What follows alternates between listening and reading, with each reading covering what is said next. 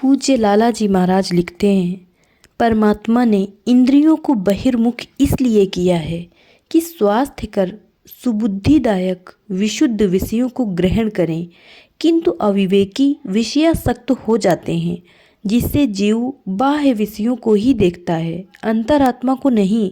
यही कारण है कि इंद्रिय जन्य भौतिक सुख को ही सुख मानकर उसके ही प्रयत्न में लगा हुआ है और उसके भोग में ही सुख है, ऐसा उसको विश्वास हो गया है।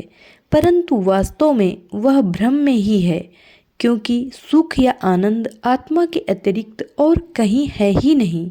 यह वैश्विक सुख भी आत्मा के संबंध से ही प्राप्त होता है।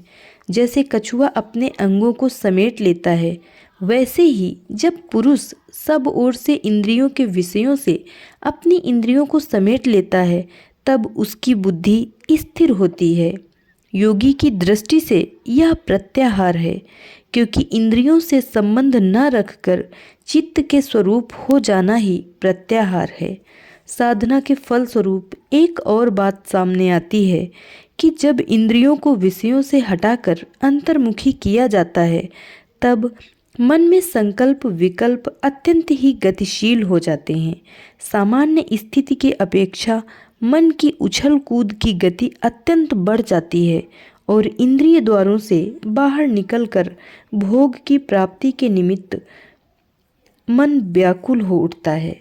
ऐसी स्थिति में विशेष सावधानी की आवश्यकता है। इस स्थिति में सद्गुरु नाम व रूप के आधार पर उनके कृपा सागर स्वरूप का आवाहन करना ही श्रेयस्कर है। इससे बाह्य विषय समूहों की व्याकुलता धीरे धीरे छूट जाने की आशा की जा सकती है। भगवान श्री कृष्ण कहते हैं, हे कुंती पुत्र, सर्दी गर्मी और सुख दुख को देने वाले इंद्रिय और विषयों के संयोग तो उत्पत्ति विनाशशील और अनित्य हैं। इसलिए हे भारत, उनको तू सहन कर। विषयों और इंद्रियों के संबंधों को शीतोष्ण सुख दुखदा कहकर भगवान ने यह भाव दिखलाया है कि वे समस्त विषय ही इंद्रियों के साथ संयोग होने पर शीत उष्ण राग द्वेष हर्ष शोक सुख दुख अनुकूलता प्रतिकूलता आदि समस्त द्वंद्वों को उत्पन्न करने वाले हैं। उनमें नियतत्व बुद्धि होने से ही नाना प्रकार के विकारों की उत्पत्ति होती है। अतएव उनको अनित्य समझकर उनके साथ तुम्हें किसी प्रकार भी विकार युक्त नहीं होना चाहिए। सुख देने वाले जो इंद्रियों के विषयों के साथ संयोग हैं, वे क्षणभंगुर और अनित्य हैं, इसलिए उनमें वास्तविक सुख का लेश भी नहीं है।